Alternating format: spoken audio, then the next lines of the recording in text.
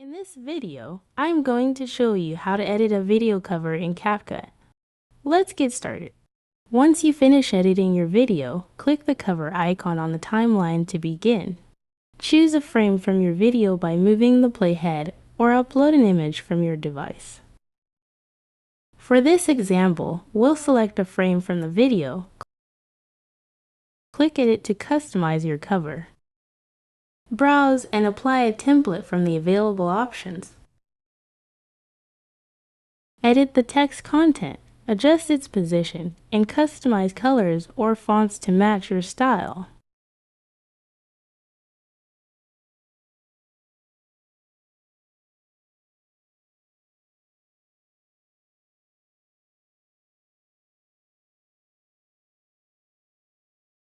Add stickers, shapes, or logos if you'd like to enhance the design.